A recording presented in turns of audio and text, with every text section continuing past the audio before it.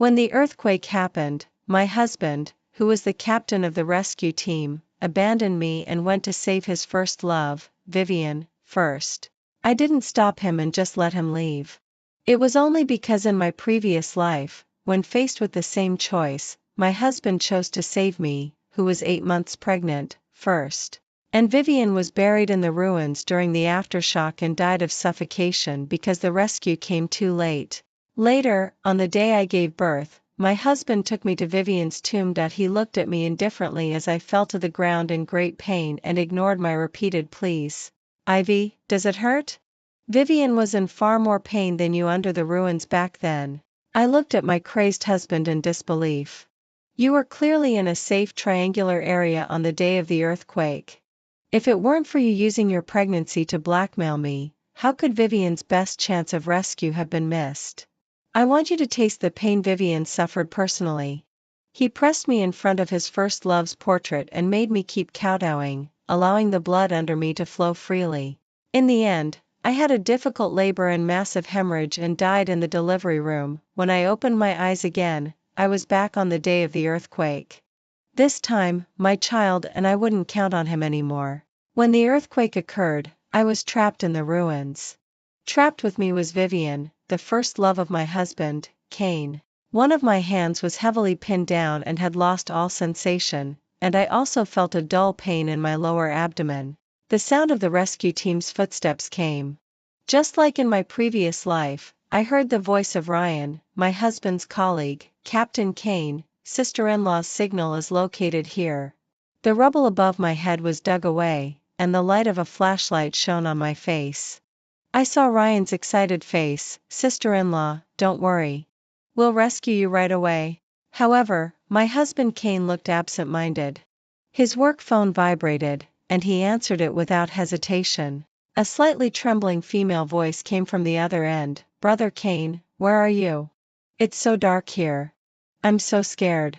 I could imagine how pitiful Vivian must be at this moment. Kane's eyes didn't stay on me for a second. Instead, he coaxed Vivian on the other end with a moved expression. Vivian, don't be afraid. I'll bring people to rescue you right away. You'll be okay. At this time, his voice was gentle as he coaxed his beloved first love, completely forgetting that I, who was pregnant, was still trapped under the ruins right in front of him. Ryan couldn't stand it and reminded Kane, and only then did Kane look at me properly. I met his cold eyes and saw him furrowing his brows impatiently, with undisguisable disgust in his tone. I've told you not to run around when you're pregnant. You insisted on coming to Jiangqing to find me. Now you're trapped in the earthquake. Are you satisfied? So many people are trapped in the earthquake, and yet we have to waste our rescue resources to save you. Hearing these words from him again, I couldn't help but feel a chill in my heart. In my previous life, when faced with his accusations, I was eager to explain that I had come to Jiangqing with the hospital to attend a seminar. But he insisted that I had come here to harass him just to vie for his favor. This time, I didn't want to explain and was too lazy to say more to him. Kane hadn't hung up the phone yet, and Vivian's weak voice came from the other end again. Brother Kane, is sister-in-law also trapped? Then save sister-in-law first. I can wait a little longer. Kane furrowed his brows even deeper. He didn't look at me again but asked Vivian about her current situation. She started sobbing. I'm in the supermarket in the city center. It's so dark around me now. My hand seems to be pinned down. Brother Kane, it hurts so much. Brother Kane, will I die here? I'm really scared. I don't want to leave you forever before I've been with you for long. Hearing her sincere confession, Kane's eyes instantly turned red. Vivian, no, I won't let anything happen to you. I'll go and save you right now. After saying that, he no longer cared about me and decided to lead the team to save Vivian. Ryan was worried about me and stopped Kane. Captain Kane, what about sister-in-law?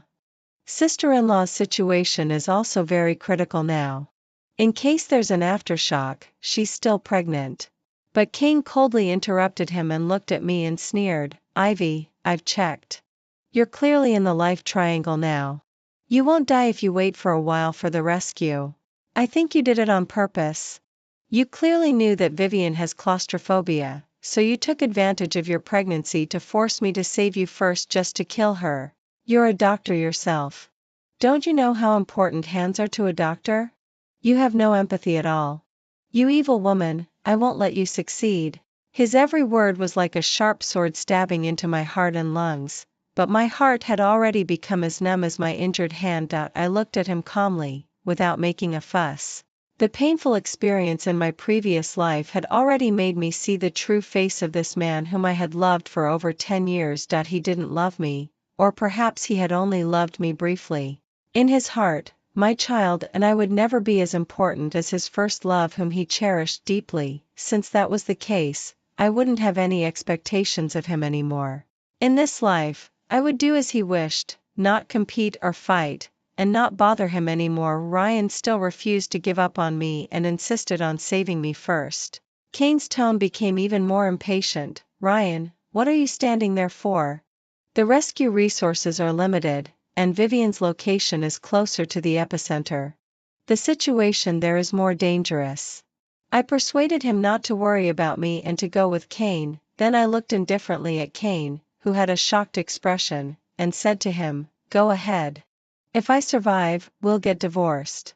After saying this, I suddenly felt all my strength drained away. Kane just thought I was joking and left with a disdainful look on his face. The hand that I could move involuntarily stroked my slightly bulging abdomen. Watching his hurried departing figure, tears fell from the corners of my eyes. "Baby, Mommy is sorry." I knew that there would be an aftershock soon, and I also felt a bit of warmth in my lower body. Most likely, I couldn't keep my baby. Ryan still chose to stay and save me. He tried his best to move away the stones above my head, but his strength alone was too limited, like a drop in the bucket. But he still kept encouraging me and told me not to worry. I was still touched by his warmth. I don't know how much time had passed before Kane rushed past us with a worried look on his face, carrying Vivian in his arms. Vivian lay weakly in his arms, yet seemingly unharmed. He had eyes only for Vivian and had already forgotten that his wife and child were still trapped below. Ryan, whose fingernails were bleeding from moving the stones, angrily stopped him and pointed at me not far away. "Captain Kane, your wife is pregnant and still trapped in the ruins, yet you're only concerned with saving your old flame? Do you still have any humanity?" Actually, I wasn't very familiar with Ryan. I had only met him a few times in the dormitory when I came to visit Kane. This young lad was very enthusiastic and would sweetly call me sister-in-law every time. But in the next second, Kane roared with a livid face, "Vivian's fingers are injured. Don't you know how important hands are to a clinical doctor? This could very well ruin her career. Besides, that's my wife and child. What does it have to do with you?" Then he looked at me and then at Ryan, and a trace of mockery flashed across his face. "I think you're so concerned about Ivy. Could it be that you've hooked up with this wretched woman behind my back?" I was almost laughed out of anger by him. How could he say such high-sounding words at a time like this when he was still holding another woman and refusing to save me? Ryan was also so angry that he was speechless. However, he was worried about me and still insisted that the others come to save me together. Kane warned coldly, "Ryan, you're just a rookie rescue team member. Your future career is in my hands. If you dare to disobey my order again, I'll transfer you to the border in no time. You know how tough it is there." In the face of my safety, Ryan remained unmoved. Seeing this, Kane could only say in a deep voice, "If you don't think about yourself, then think about your parents who are still working at my home." Ryan's mother was a nanny and his father was a security guard. They had both been working at Kane's home for over 20 years. Kane immediately hit his weak spot. His face turned pale and his eyes were hesitant. Kane was quite satisfied to see that his subordinate had been successfully manipulated and nodded slightly. "You keep calling her sister-in-law. Don't be deceived by her true face. She has been an arrogant and domineering girl since before. Relying on her wealthy family, she bullied the weak. In order to make Vivian miss an important competition, she locked her in a dark equipment room. Knowing full well that she had claustrophobia, she made her sick for several days. Not only did Vivian miss the competition, but she also lost the opportunity for postgraduate recommendation. She also took advantage of the time when Vivian left in a huff with me and wormed her way in, schemed to get pregnant with my child, forced me to marry her, and now she wants to use the same old trick to make me save her. She's just still unwilling and wants to kill Vivian. She's so scheming and likes to play the victim. Just let her stay in the ruins. After saying that, he left without looking back, carrying Vivian in his arms. Ryan was already so worried that tears came to his eyes and his voice trembled. Sister-in-law, don't be afraid. I'll definitely find a way to save you. Before long, I felt the ground shaking. Gravel began to fall, and dust got into my eyes and mouth, the stones above pressed down heavily. I felt as if I heard the sound of bones dislocating, and it seemed that all my internal organs were being crushed. There was warmth coming from both above my head and under my body, and it became increasingly difficult to breathe. I heard Ryan anxiously calling me not far away, but I no longer had the strength to respond. The world fell into darkness, and my consciousness was swallowed up as well. In a trance, I recalled my past with Cain. Actually, he didn't treat me like this before. He used to be an illegitimate child who couldn't see the light of day and was bullied by other rich kids. My grandpa and I picked up him who was beaten half to death and let him have a good meal for the first time. Grandpa couldn't help feeling pity for him when he saw that he was injured but still trying hard to piece together the exercise book that had been torn by others. When I was little, I was a famous big sister in this circle. With my protection, no one dared to bully Cain anymore. So before college, I was the person closest to Cain. I even found that he had secretly written my name in his exercise book. It wasn't until Vivian, a poor student funded by Grandpa, was admitted to the same university as us. So before college, I was the person closest to Cain. I even found that he had secretly written my name in his exercise book. Gradually, I also noticed that the two people in similar situations seemed to have a sense of mutual sympathy and began to talk about topics that I couldn't participate in. The relationship between me and him completely deteriorated after Vivian was locked in the equipment room during a physical education class. Cain anxiously carried the already fainted Vivian to the infirmary and only then learned that she had claustrophobia. There were witnesses who said that they saw my best friend and Vivian going to return the equipment together. But my best friend was unharmed while she was locked inside. Since then, Cain had been inseparable from Vivian and had clearly become her protector, but back then, of course, I wasn't willing to let Cain be snatched away by her like this. Out of jealousy, I did a lot of stupid things. Not only did I fail to win him back, but I pushed him further and further away. Later, on the day when I went to participate in the competition with Vivian to compete for the postgraduate recommendation qualification, she framed me by saying that I had someone lock her in an abandoned classroom. In the end, Vivian was sick for several days, missed the competition, and also lost the opportunity for postgraduate recommendation, while I was successfully recommended for postgraduate study. Cain, to seek justice for her, reported it to the school many times, but in the end, no evidence was found that I had framed her, yet he always believed that it was me who did it. For this reason, he completely blocked me and told Grandpa that he would cut off all contact with my family from then on. He made a high-profile official announcement with Vivian, which was a huge slap in the face for me in our circle. I left sadly, not willing to stay in the same school with them anymore. Soon, I went abroad to study, just to get away from them. But when I returned to China, I learned that Vivian had also gone abroad for her future and broken up with him. At that time, Cain was heartbroken and got drunk every night. His father also noticed him and intended to make him the heir. But he couldn't bear to see his son always depressed. Only I had been staying by his side all the time. I also used the dowry left by my grandpa to help him start his business successfully. However, when his career was successful, he chose to go back to the rescue team. The reason he chose to enter the rescue team in the first place was that Vivian's father had been a heroic firefighter and died in the line of duty at a very young age. He wanted to become the profession that the person he loved most admired. Originally, I had already decided not to love him anymore. But on the night when Vivian blocked him, I went to the bar to pick him up when he was drunk. Taking advantage of his drunkenness, he had sex with me. I thought he loved me, but afterwards, he questioned me why I took advantage of the situation and was so scheming. I had intended to leave his life again, but it happened that I found out I was pregnant. Cain's father threatened him with the right of inheritance and forced him to marry me. In my previous life, I used Cain's father's words and the inheritance that he cared about most to force him to ensure the safety of me and our child and to save me first. Because we had an agreement at that time that if anything happened to me, he would not only get nothing but also be expelled from the Cain family forever. Only then did Cain agree to save me first, but I had never expected that he could be so cold-blooded. Fortunately, God gave me a chance to start over. This time, I didn't want to be so tired anymore. When I opened my eyes again, what I saw was the white ceiling. I was lying on the hospital bed, wearing a ventilator and unable to move. The slight sound of medical instruments came to my ears soon. Doctors and nurses rushed over.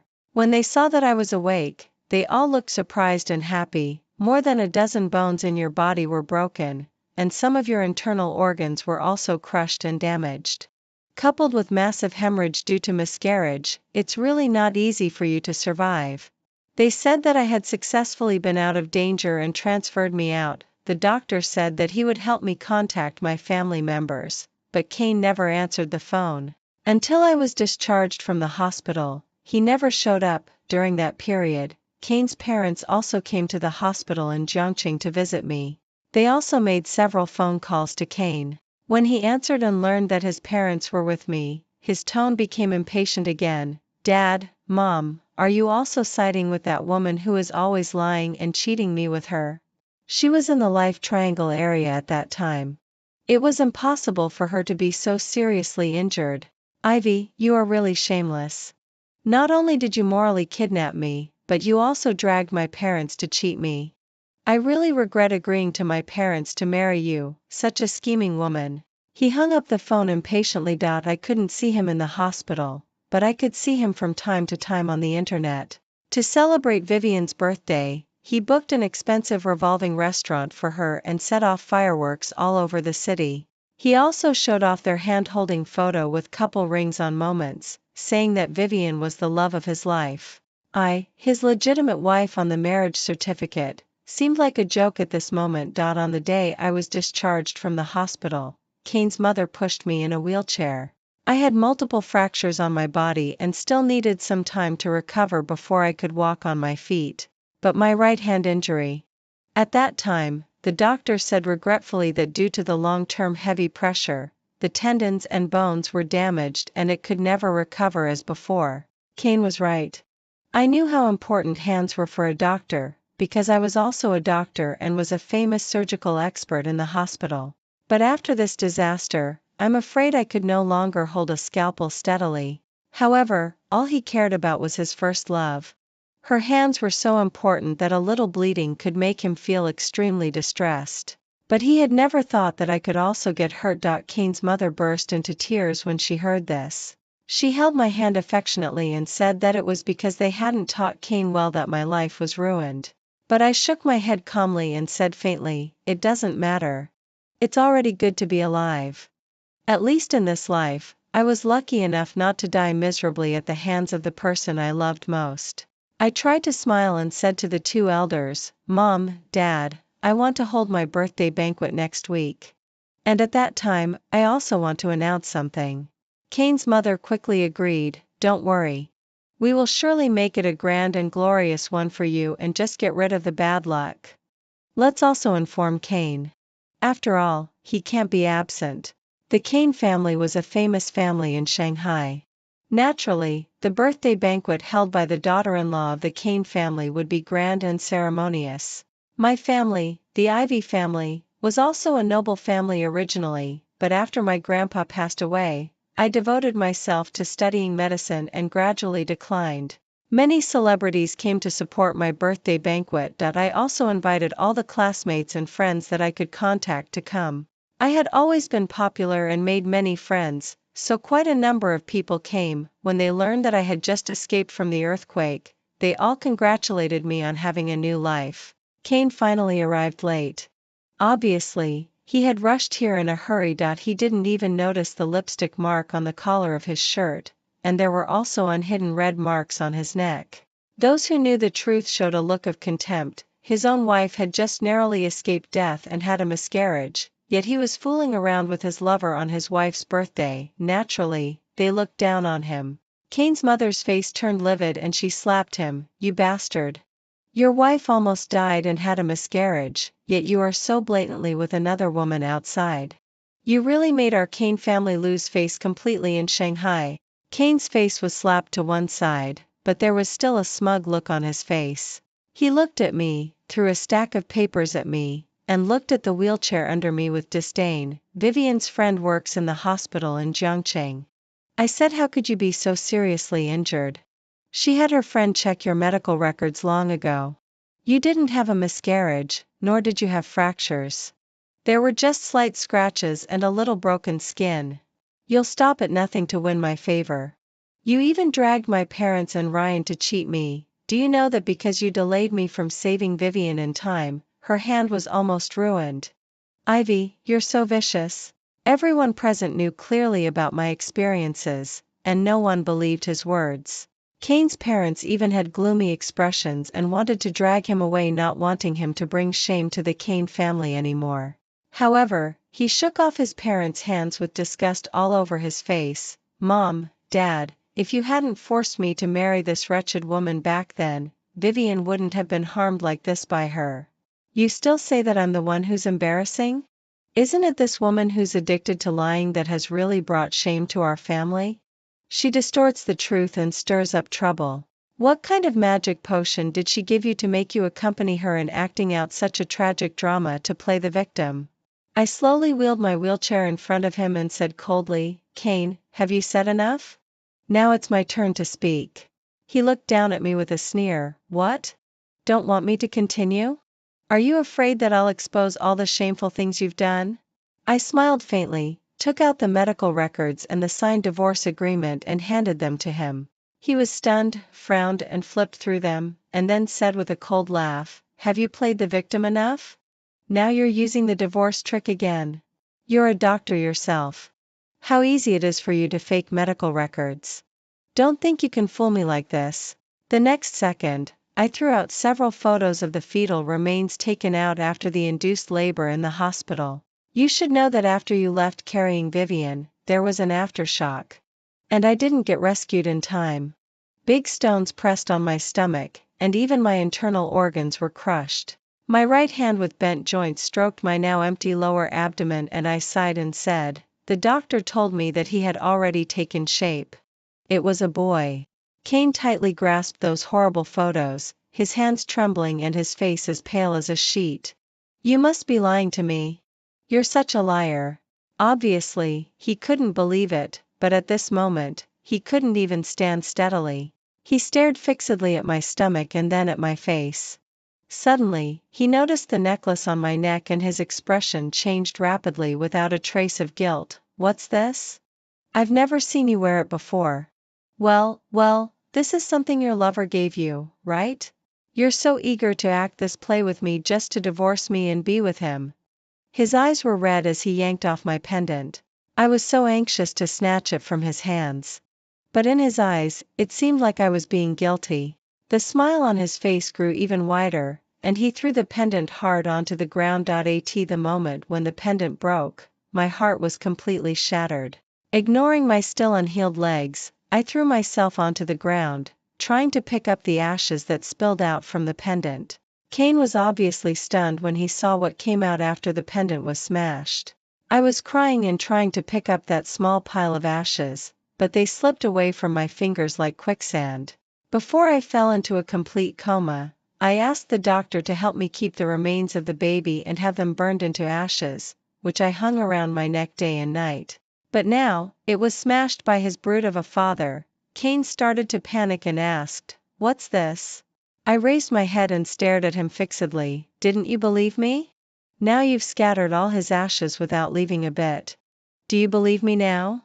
Kane seemed to have been hit hard and took a few steps back, but soon, he thought of something and steadied himself.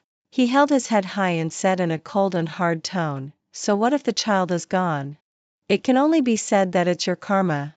You've done all kinds of bad things. You led the bullying of Vivian in the first place, causing her to miss the postgraduate recommendation qualification. Now you almost made her lose her hands. You're in this state now because of your own actions. You deserve it. Hearing this, I laughed softly. The others present also gasped in shock. They probably saw such a brute of a person for the first time. What are you laughing at? Feeling guilty? Dare you say that you didn't do these things? I slowly raised my right hand, which was covered with scars, the joints couldn't be straightened, and it even kept trembling involuntarily. Yes, I deserve it. I lost my child and can't even have children anymore. My right hand is disabled, and I can't hold a scalpel for the rest of my life. How important your Vivian is. I just walked through the gates of death, while she almost lost her career. My best friend Scarlett couldn't bear to watch any longer. She ran over to help me up and glared at Kane. How much more do you want to hurt our Ivy before you stop? She lost her child and was on the verge of life and death, yet you're parading around with your first love. And now you come to her birthday banquet to scold her? Kane looked at her with disdain. Oh, I remember you. Back then, it was you who locked Vivian in the equipment room when you were returning the equipment with her. Later, when Vivian was locked in the abandoned classroom and missed the competition, it was also you who did it. It was all directed by Ivy, right? Scarlett had a feisty temper and spat at him on the spot. Pa, I don't have time to fight with a scheming woman. Ivy isn't the kind of person you said. At this time, our physical education committee member from college also stood up and said, when Vivian was locked in the equipment room, later the physical education teacher found that the door of the equipment room was old and often got locked by mistake. He also went to confirm with Vivian later, and it was indeed not man-made. Kane obviously didn't believe it. What about on the day of the competition? Could it be that the door of the classroom was also broken and that's why she was locked in? Why would she go to the abandoned classroom for no reason? Scarlett smiled. There are surveillance cameras at the entrance of every classroom in the school. You can check the surveillance footage to verify it instead of just believing that scheming woman's one-sided story. Another girl in the class quietly spoke up at this time. I actually often saw Vivian going to that classroom with a boy before. I just never said anything about it. This girl was introverted and had always been rather inconspicuous in the class. I didn't expect that she would speak up for me at this moment, and what she said next shocked everyone present even more. Moreover, my aunt works in the obstetrics and gynecology department. She helped Vivian with an abortion. She only told me after seeing Vivian's student ID card. You can check the records at my aunt's hospital. There was an uproar in the audience, and Kane's face turned terribly dark. Naturally, he wouldn't have thought that the only pure jasmine he held in his palm was actually so promiscuous and private. He clenched his fists tightly, unwilling to believe all this. I also didn't expect that he could love Vivian so much. Kane pointed at my nose and questioned me. Even if you're innocent of these things, what about the fact that you schemed to take advantage of the situation and got pregnant with my child? Didn't you do that? Before I could say anything, Kane's mother stood in front of me. I was the one who asked Ivy to go to the bar to find you. And after you came back, I locked the door of your room. Blame me if you want. It was all my idea, an old fool's idea. Kane looked at his mother in shock. Kane's mother continued, don't you know what kind of person Ivy is? How long are you going to be blinded by that vixen? Back then, in order to support you in starting your business and to help you win your father's approval, Ivy gave you all the dowry her grandpa left her. Have you forgotten that? I think you've been so charmed by that vixen that you've hurt Ivy again and again for her sake. You said she almost ruined someone's career. What about our Ivy? Who will compensate for her lost child and her disabled hands? How did you promise in front of Ivy's grandpa that you would be good to her for the rest of your life? And now? How could our Kane family raise such an ungrateful wretch like you? Kane's mother was panting heavily as she kept listing his misdeeds. Under these repeated accusations, Kane finally completely broke down. He knelt on the ground, his body trembling. It turned out that Kane's changes over the years had also been noticed by his parents. He used to be a low-status illegitimate child. When he met Vivian, a poor student who was also in a vulnerable position like him. They naturally felt a sense of mutual sympathy. His heart had already quietly drifted away. Those vows and promises had all crumbled to dust in the face of true love.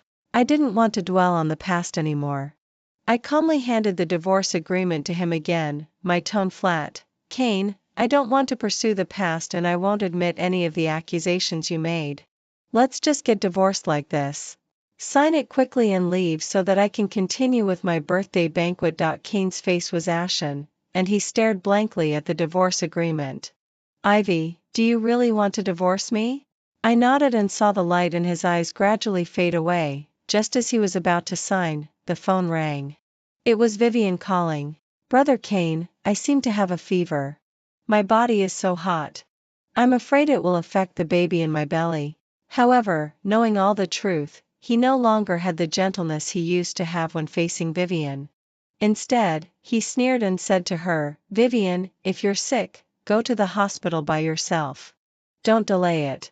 Don't wait until you get to the hospital and the illness just cures itself. Vivian seemed unable to believe the change in Kane's attitude.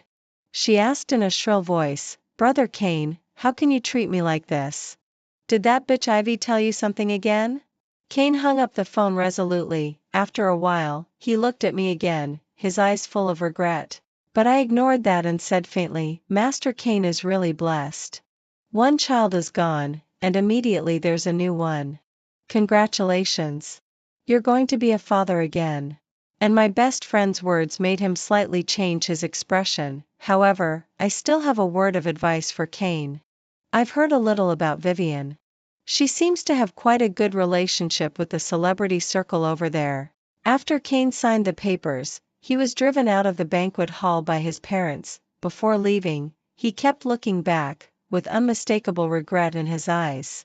I didn't pay attention and just regarded all this as a little episode. I held my birthday banquet in a grand manner and received the blessings of everyone present. Kane never came to look for me again. I heard that he was removed from the rescue team. It was Ryan who reported him. He reported the situation of the rescue that day to his superiors in detail. Kane put personal feelings first, didn't follow the principle of giving priority to the elderly, the weak, the sick, the disabled and pregnant women, and ignored human lives. He was criticized in a notice and then removed from the team. Ryan's parents also resigned from the Kane family.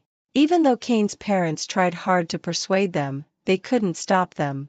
And the video of Kane violently pushing through the crowd while carrying the slightly injured Vivian during the earthquake was also posted online by other injured people. Vivian, who was supposed to get promoted, was blocked in the hospital. Flyers with that video were pasted everywhere, and even patients couldn't help spitting at her when they saw her. In order to eliminate the bad influence, the hospital announced publicly that Vivian had been fired, and only then did the public anger subside. By the time I knew all this, I had already left Shanghai and flown to the manor that my grandpa had bought for me abroad before he passed away. I found a leisurely job in a health center, helping to take care of some child patients every day. With more money than I could spend, my life was quite carefree and comfortable. But Kane, whom I hadn't seen for a long time, still came to find me. He didn't know what he had been through.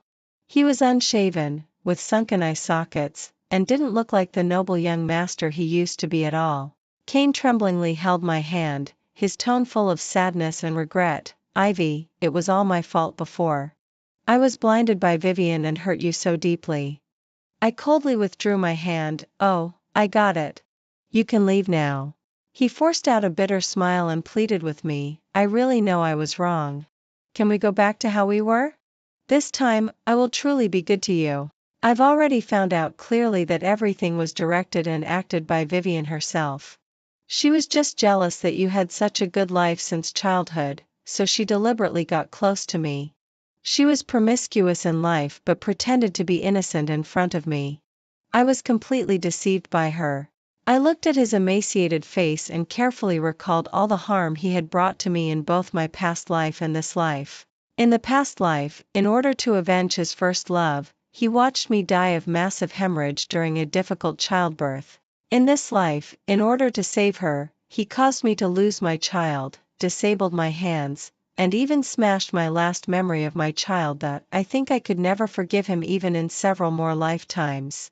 Seeing that there was no sign of being moved on my face, Cain tremblingly took something out of his pocket, carefully held it in his palm, and handed it to me. Honey, look, the ashes of our baby. I've tried really hard to pick them up and also had the pendant repaired. Could you forgive me? I took the pendant and stared at it blankly. He thought I was wavering and was overjoyed. Honey, we can still go back, right? For the sake of the child, let's start over. I shook my head and said calmly, Cain, don't forget that you are the one who killed him with your own hands. He was stunned and the air fell into a dead silence. I asked the butler to drive him away and told him, I will never forgive the murderer of my son. On the anniversary of Grandpa's death, I returned to Shanghai. I met Cain's parents and Cain's younger sister who had been abroad all along. They told me that they had already driven Cain out of the Cain family and that the new heir would be his younger sister. Sure enough, in the face of interests, any family affection was so shallow, and not long after that, Cain was taken to court for intentional homicide. It turned out that Vivian used the child to force Cain's hand, but then found that Cain was no longer the young master of the Cain family as before and suddenly felt that he was useless. The child in her belly was indeed Cain's, so she insisted on having an abortion no matter what. However, on the way to the hospital, she was captured by Cain and tied up in a small dark room. He said he wanted to see if Vivian really had claustrophobia. As a result, Vivian was really terrified and had a miscarriage due to the shock. Just like in the previous life, Cain completely ignored her bleeding and pressed her to kneel and kowtow in front of the ashes of my son. She was knocked until her head was bleeding and finally, she lost her breath. On the day Cain was sentenced to death, I went to the courtroom to observe the trial. When leaving the courtroom, he saw me and, ignoring the obstruction of the court staff, said to me from a distance, Ivy, I'm sorry. I let you down in both of these lifetimes. Only then did I realize that he had also been reborn. It was just too late. I shook my head and ignored him. I think I will soon completely forget him and rush towards my brand new life that belongs to me.